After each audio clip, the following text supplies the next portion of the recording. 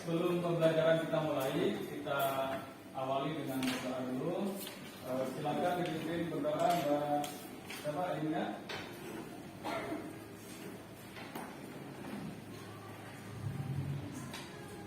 Silakan dipimpin berdoa.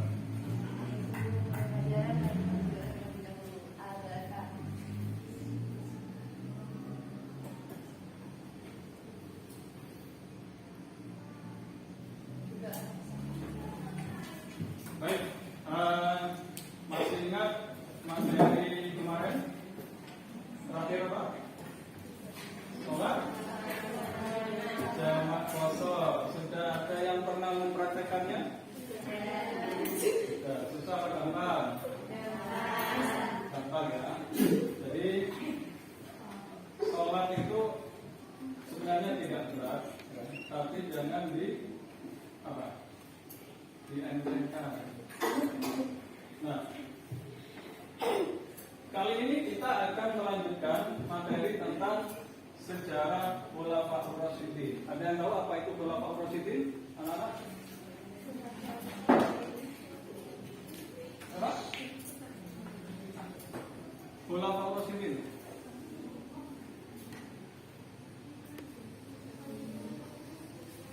Khalifah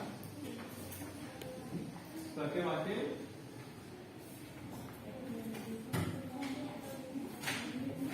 pengganti atau ya, jadi Khulafaur Rasyidin yang terkenal yang ada di setelah kenabian ya, itu ada 4 Khulafaur Rasyidin. Ada yang hafal siapa saja nama-nama khalifah tersebut? Nomor 1 siapa? Abu Bakar. Terus Mbak Lima mana? Nomor 2 siapa? Umar bin Khattab. Yang nomor 3 siapa ya? Safira mana? Siapa? Khulafaur Rasyidin yang nomor 3. Utsman bin Affan. Kemudian Mbak siapa? Ada Mbak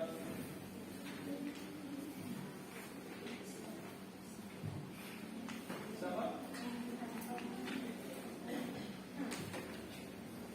Azarin. Nah, yang keempat siapa? Ya, Ali bin Abi Thalib. Ya. Seperti apa mereka? Mari kita simak tentang sejarah perjuangan mereka. Nah, Khalifah adalah sebagai wakil atau duta Allah Subhanahu wa taala. Khalifah yang dimaksud adalah pengganti Rasulullah SAW dalam apa? Urusan agama dan dunia sebagai kepala pemerintahan dalam Islam.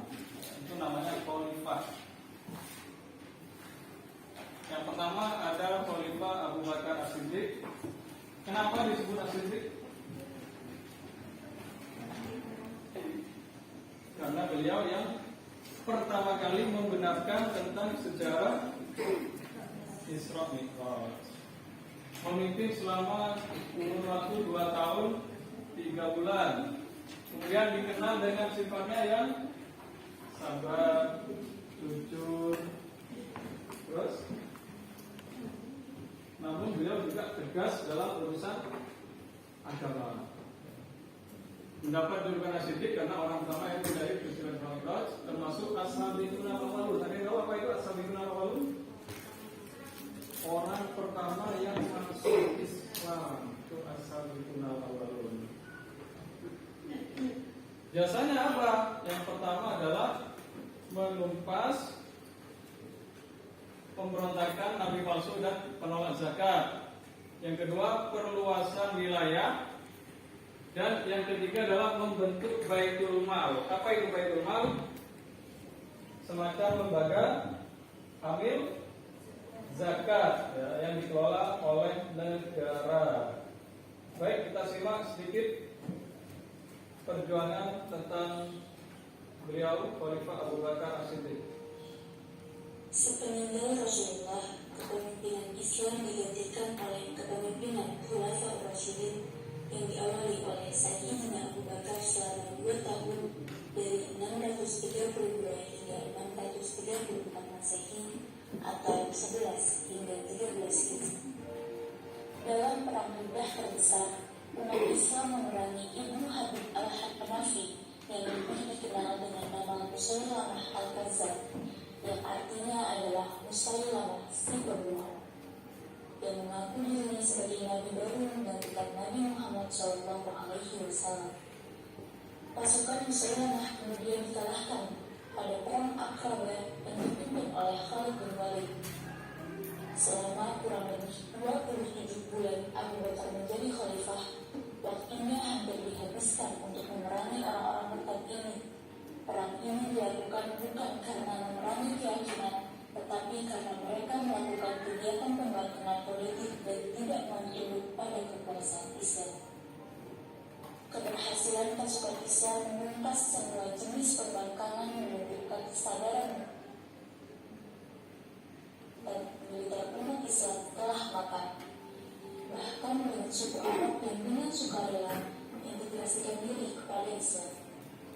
Dan di sisi yang lain secara internal mengeluarkan jaringan ukhuwah para sahabat setelah perselisihan akibat perbedaan pandangan politik dalam pengaturan khalifah pertama. Di samping melakukan istihad politik secara masif, Abu Bakar memberikan perhatian yang besar pada urusan kaum muslim. Prinsip-prinsip keadilan dan pemerataan beliau praktikkan dengan meneladani Rasulullah SAW. Dia mendirikan lembaga Baitul Mal atau lembaga keuangan yang dipimpin oleh Abu Ubaidah, juga mendirikan lembaga peradilan yang dipimpin Umar bin Khattab. Selain itu, kebijakan Abu Bakar yang patut dikenang adalah inisiatif beliau untuk mengumpulkan Al-Quran yang sebelumnya bertebaran di berbagai tempat. Al-Quran masih terserak-serak dengan berbagai catatan, alih kayu, kertas, tulang-tulang, dan seterusnya. Belum menjadi sebuah dokumen yang utuh. Upaya pengumpulan ini dilakukan setelah sang khalifah setuju dengan usulan Umar bin Khattab setelah melihat banyaknya sahabat penghafal Al-Quran yang gugur di medan perang, di mana tugas pengumpulannya diserahkan kepada seorang sahabat bernama Zaid bin Sabit. Proyek pengumpulan Al-Quran ini terus berlangsung, mulai dari Abu Bakar, Umar, dan puncaknya di masa Khalifah Utsman bin Affan. Setelah mampu menyelesaikan masalah internal umat, di akhir kepemimpinannya, Abu Bakar memandang perlu membentengi wilayah Islam dari ancaman dua negara adikuasa pada saat itu, Persia dan Bizantium, dan memperluas daerah kekuasaan dengan mengirim tentara keluar untuk menaklukkan Irak dan Suriah. Pada 634. Baik, dari sini bisa kita ambil kesimpulan. Kita ketahui apa saja jasanya Abu Bakar. Apa?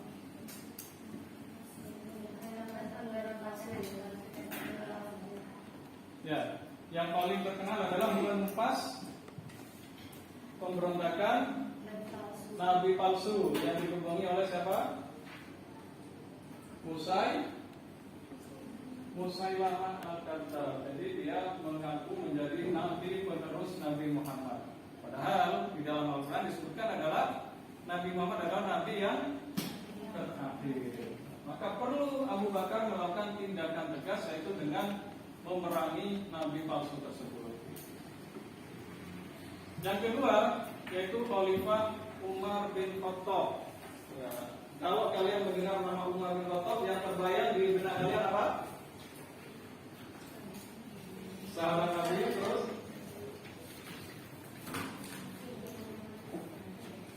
apa yang kalian tahu tentang Umar bin Khattab? Apa? Ya, Umar adalah sahabat Nabi yang terkenal dengan ketegasannya,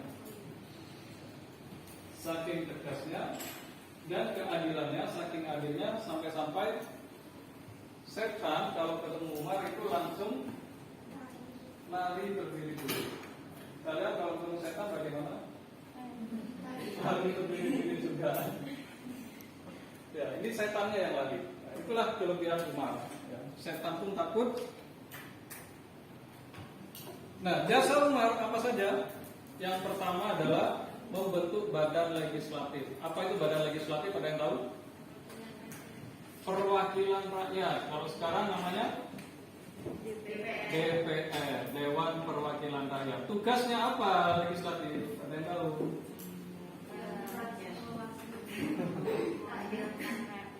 Ya, dia sebagai wakil rakyat bertugas untuk memantau dan mengontrol, mengawasi tugas-tugas dari para eksekutif atau pemerintahan negara.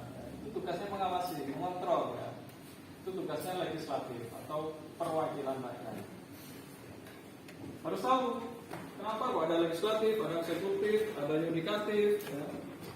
Harus dipelajari. Yang kedua adalah perluasan wilayah. Umar membentuk panglima-panglima untuk mengirim pasukannya dalam memerangi kezaliman di muka bumi, dalam menaklukkan negara-negara yang terjajah, negara-negara yang saat itu berada di bawah kekuasaan dua imperium besar. Kalian tahu apa imperiumnya? Yaitu yang tadi disebutkan Persia dan Roma. Persia dan Romawi saat itu yang kuat. Sekarang pun sama. Yang berkuasa saat ini adalah dua imperium besar. Siapa mereka? Kapitalis dan komunis. Kapitalis dalam hal ini diwakili oleh Amerika dan komunis diwakili oleh Cina dan sekutu-sekutunya. Kemudian yang ketiga, Khalifah Umar membentuk lembaga kepolisian dan kemiliteran. Yang keempat, melakukan ijtihad. Apa itu ijtihad? Ada yang tahu? Azarin? Ainia? Alifah? Ijtihad ya. Apa ijtihad? Bersungguh-sungguh, kesungguhan ya. Artinya dalam hal ini ijtihad adalah mencari solusi, berijtihad untuk menyelesaikan suatu masalah yang masalah tersebut tidak ada di dalam Al-Quran dan hadis. Solusinya tidak ada di dalam Al-Quran dan hadis, maka perlu melakukan namanya ijtihad. Kemudian transparansi kekayaan pejabat. Jadi pejabat-pejabat itu yang ada saat itu kekayaannya diaudit, disampaikan ke publik berapa kekayaan yang dimiliki sebelum dan setelah menjabat. Jangan-jangan sebelum menjabat miskin, setelah menjabat menjadi kaya raya. Nah, itu jadi sasaran oleh KPK. Jadi harus transparan. Kemudian membentuk sistem gubernur. Apa itu gubernur? Pemimpin provinsi atau wilayah yang lebih sempit daripada wilayah negara. Ya, jadi ada di bawah presiden atau di bawah khalifah, itu namanya gubernur. Gelar Khalifah Umar bin Khattab apa? Yang terkenal selain Al-Faruq, ketika dia menjabat sebagai khalifah disebut juga sebagai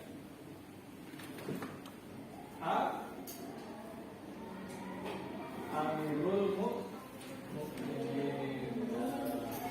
Oh itu ya saya. Amirul Mukminin. Kemudian yang ketujuh adalah pembenahan peradaban Islam.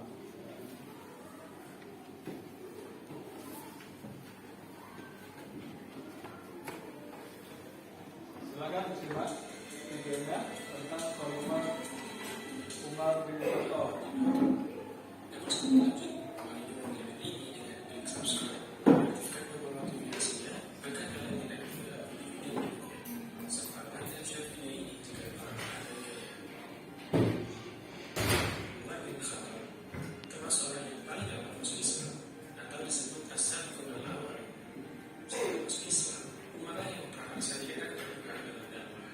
Kemudian Umar bin Khattab memisahkan antara kebenaran dan kebatilan, membuatnya dijuluki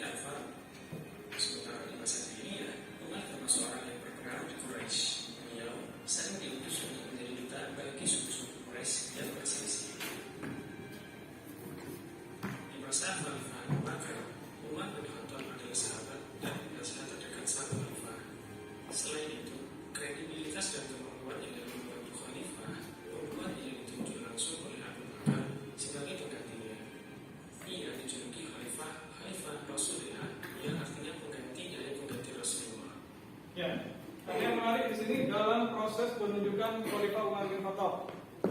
Berbeda dengan penunjukan Khalifah Abu Bakar. Abu Bakar ditunjuk berdasarkan hasil apa? Musyawarah di antara kalangan Muhajirin dan Ansor, yaitu di rumah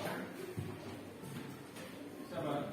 Bani Sa'ad. Jadi di situ para kaum muslimin sepeninggal Rasulullah tidak langsung memakamkan jasad Rasulullah, tapi mereka berselisih paham tentang siapa pengganti Rasulullah.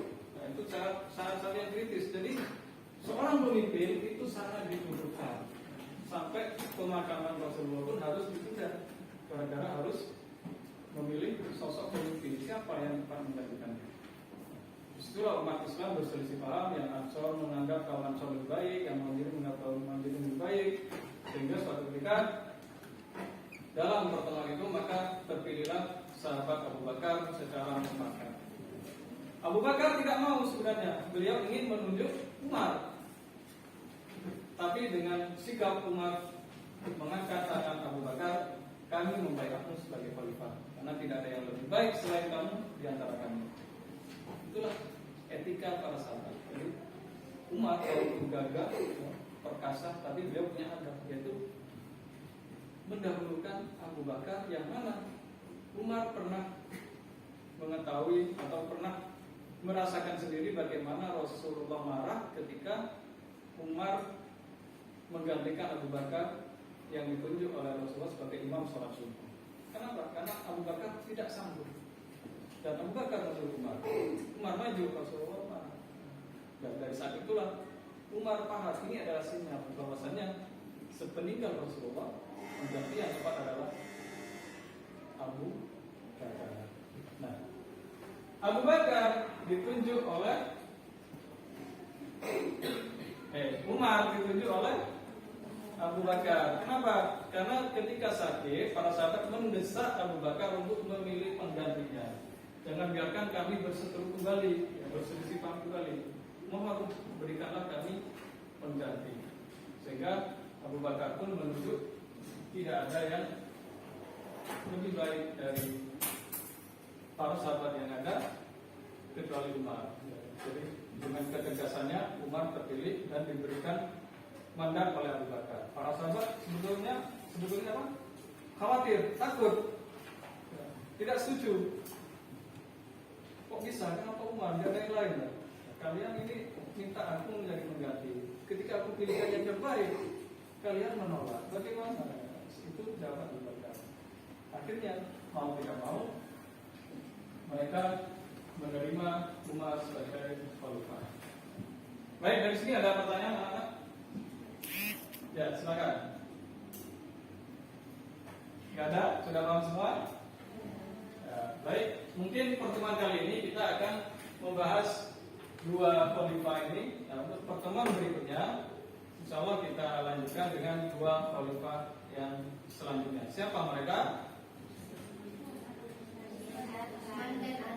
Utsman dan Ali bin Abi Thalib. Baik, kalau begitu kita selesaikan pertemuan kali ini. Semoga kalian semua bisa mendapatkan ilmu yang barokah, ya, bisa mempelajarinya dan bisa mengamalkannya di kemudian hari. Bisa mengambil ibrah dari sejarah Khulafaur Rasyidin. Bagaimana ketegasan Abu Bakar saat menjadi pemimpin, bagaimana kearifan kebijakan Umar bin Khattab ketika menjadi khalifah, menjadi pemimpin. Semua proses itu mereka lalui. Dan mereka, kalau yang perlu kalian ketahui adalah kedua sahabat ini ternyata sudah dijamin masuk surga kita. Kenapa mereka dijamin masuk surga? Ya, karena jasa-jasa mereka dalam menyebarkan, mengamalkan ajaran Islam sampai agama Islam itu hadir di negara kita tercinta, yaitu negara Kesatuan Republik Indonesia. Semangat pagi, pagi, pagi, pagi. Baik, kurang maaf, kita akhiri dengan bacaan hamdalah alhamdulillah.